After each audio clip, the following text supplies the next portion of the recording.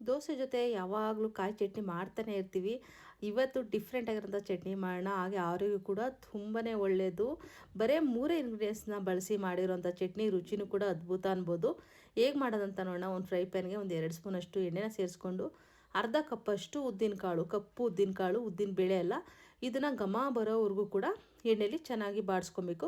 ಸ್ವಲ್ಪ ಘಮ ಬರ್ತಾ ಇದೆ ಅಂತ ಅಂದಾಗ ಇದಕ್ಕೆ 7ರಿಂದ 8 ಎಷ್ಟಷ್ಟು ಬೆಳ್ಳುಳ್ಳಿ, ಖಾರಕ್ಕೆ ತಕ್ಕಷ್ಟು ಒಣಮೆಣ್ಸಿಕಾಯಿನ ಸೇರಿಸ್ಕೊಂಡು ಇದನ್ನು ಕೂಡ ಸ್ವಲ್ಪ ಬಾಡಿಸ್ಕೊಂಡು ಹಣ್ಣಾಗಿರೋಂಥ 2 ಮೀಡಿಯಮ್ ಸೈಜು ಟೊಮೊಟೊನು ಕೂಡ ಸೇರಿಸ್ಕೊತಾ ಇದ್ದೀನಿ.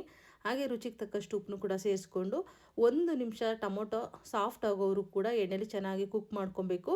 ಸ್ವಲ್ಪ ಮಿಕ್ಸ್ ಮಾಡಿಕೊಂಡು ಉದ್ದಿನ ಕಾಳು ಎಲ್ಲ ಒಳ್ಳೆ ಪರಿಮಳ ಬರ್ತಾ ಇರುತ್ತೆ ಅಲ್ಲಿವರೆಗೂ ಕೂಡ ಚೆನ್ನಾಗಿ ಟೊಮೊಟೊ ಎಲ್ಲ ಸಾಫ್ಟ್ ಆಗೋವರೆಗೂ ಫ್ರೈ ಮಾಡಿಕೊಂಡು ಇದು ಫುಲ್ಲು ಕಂಪ್ಲೀಟು ತಣ್ಣಗಾಗೋದಕ್ಕೆ ಬಿಟ್ಬಿಡಬೇಕು. ತಣ್ಣಗಾದ್ಮೇಲೆ ಒಂದು ಮಿಕ್ಸಿ ಜಾರಿಗೆ ಸೇರಿಸ್ಕೊಂಡು ಬೇಕಿದ್ದರೆ ಈ ಹಂತದಲ್ಲಿ ಇನ್ನೂ ಸ್ವಲ್ಪ ರುಚಿಗೆ ನೀವು ಉಪ್ಪನ್ನ ನೋಡಿ ಸೇರಿಸ್ಕೊಬೋದು. ಸ್ವಲ್ಪ ನೀರು ಹಾಕಿ ಫುಲ್ಲು ನೈಸ್ ಗ್ರೈಂಡ್ ಮಾಡ್ಕೊಳ್ಳೋಣ.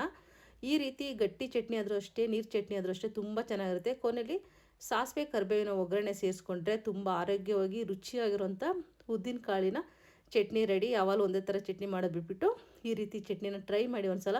ತುಂಬ ರುಚಿಯಾಗಿರುತ್ತೆ. ಹಾಗೆ ತುಂಬ ಸಿಂಪಲ್ ಕೂಡ ಮಾಡೋದು, ಒಂದೇ ನಿಮಿಷದಲ್ಲಿ ಮಾಡ್ಬೋದು.